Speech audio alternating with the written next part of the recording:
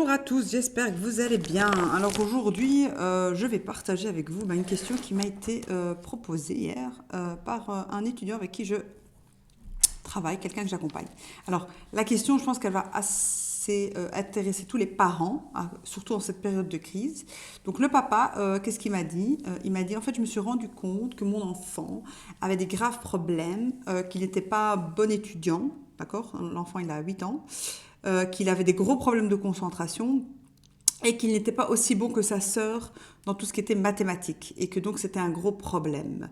Donc la question c'est qu'est-ce que je fais de mon fils? D'accord?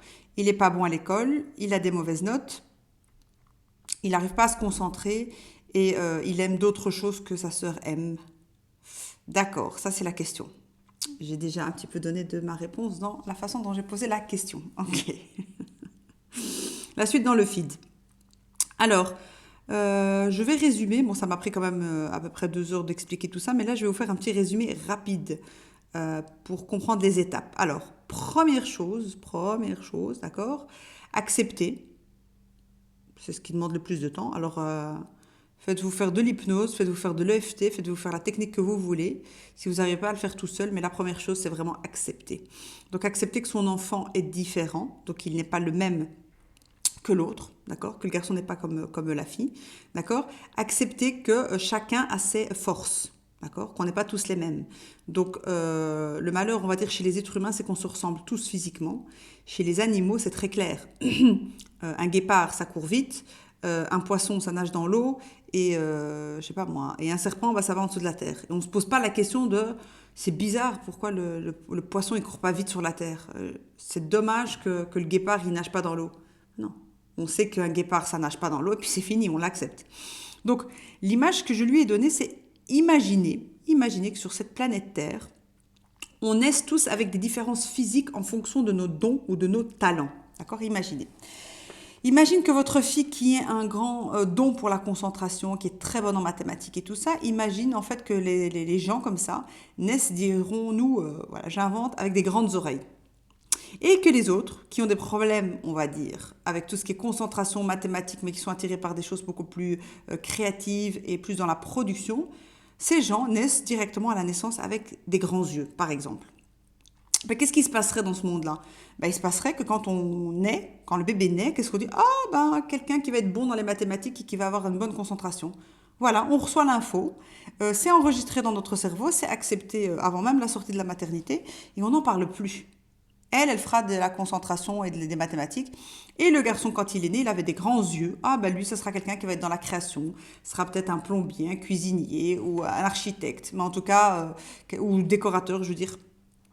En tout cas, pas dans les mathématiques ou pas dans les choses de précision. Et donc, ce serait non négociable, non discutable. Voilà, c'est comme ça à la naissance. C'est un petit peu ce qui se passe avec le sexe de l'enfant. Quand on a une fille, on sait que c'est une fille.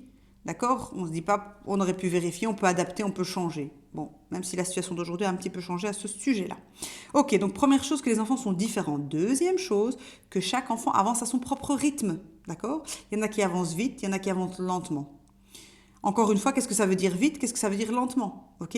Qui a décidé que ça c'était vite? Qui a décidé que ça c'était lent? Posez-vous les questions. Troisième chose, qui a dit que l'école était une référence parfaite? Que si l'enfant n'avait pas les notes imposées par le système de l'école, ça veut dire que lui, il est bête. D'accord?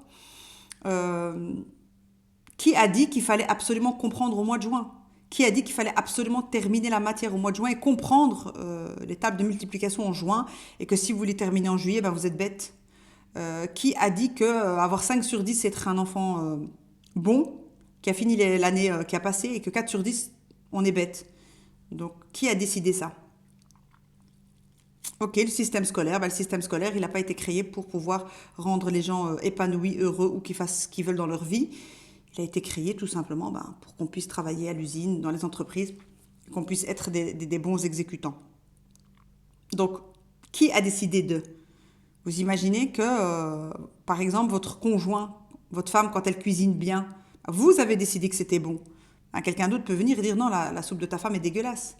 Mais c'est son opinion à lui. D'accord? Mais ça ne fait pas qu'à chaque fois que vous avez un invité qui vient vous dire que la soupe de votre femme est dégueulasse, vous allez divorcer. On va pas s'en sortir. Et que vous changeriez de femme à chaque fois que quelqu'un vous dit que son plat n'est pas bon. Vous imaginez? Ben, c'est un petit peu la même chose. Ça, c'était le premier point, c'est accepter. Le deuxième, c'est qu'un être humain, c'est la science qui le dit, c'est pas moi, un être humain ne peut apprendre que par deux choses. D'accord? L'imitation ou le conditionnement. Ça veut dire quoi, l'imitation?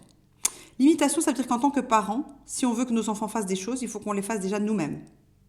Et que par processus d'imitation, on a des petits neurones, d'accord, photocopieurs, des petits neurones qui photocopient tout ce qu'ils voient et qui va finir l'enfant par faire ce qu'on fait.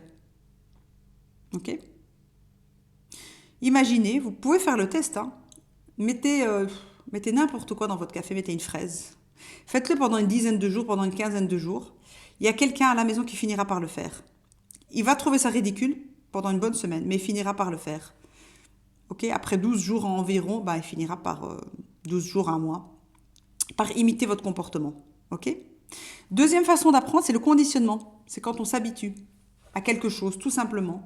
C'est-à-dire que je prends mon fils le matin et je vais avec lui laver la vaisselle, par exemple. Et on va le faire une fois, deux fois, trois fois. Je le conditionne. Ça peut prendre des mois, ça peut prendre des années, mais il finira par le faire.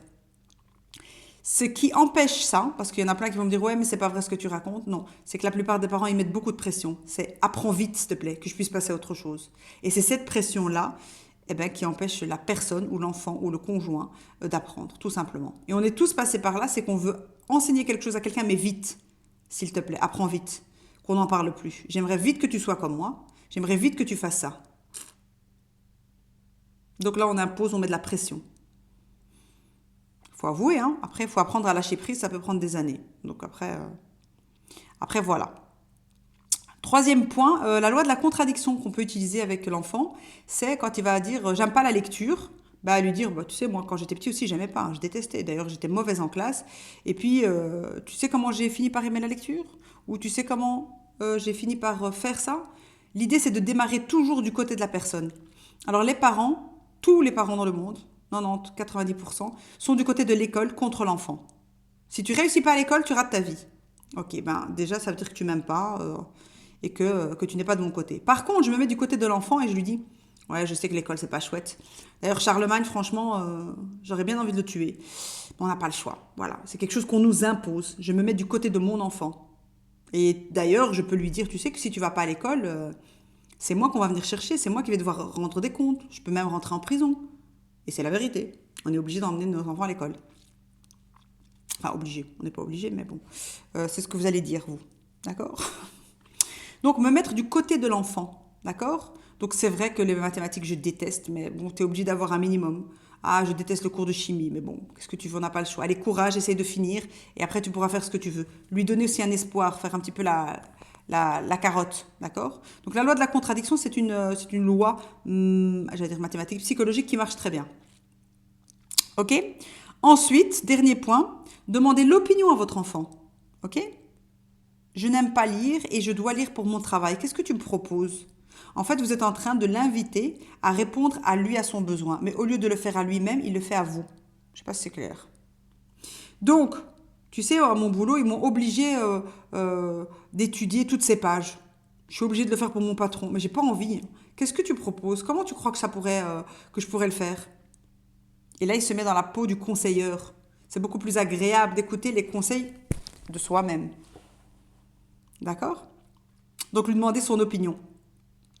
Autre technique, lui demander de vous rendre service. Ça veut dire que si vous voulez qu'il lise, va lui demander tous les jours, par exemple, c'est une astuce, va me chercher mon livre, s'il te plaît, dans ma chambre, je voudrais le lire.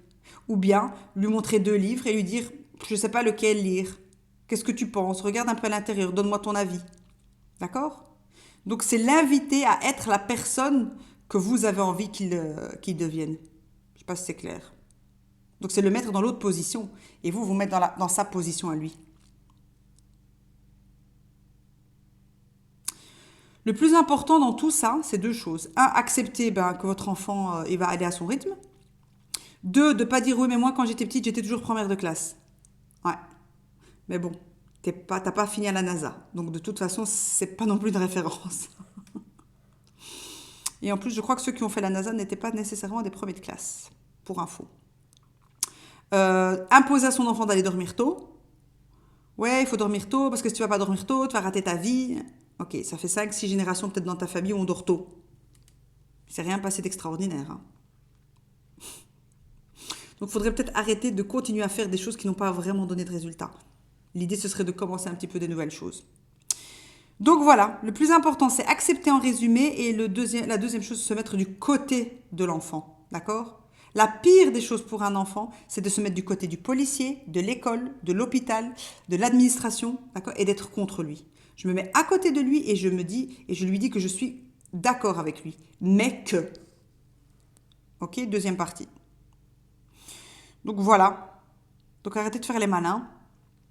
Arrêtez de faire comme si vous aviez trouvé la super solution à réussir la vie, puisque vous êtes encore en train de chercher de toute façon. D'accord? Donc, foutez la paix à vos enfants et puis laissez-les apprendre quand ils en ont envie. D'accord? Il faut savoir sacrifier un petit peu de temps, mais pour un meilleur résultat. Voilà, je pense que c'est clair. Ciao.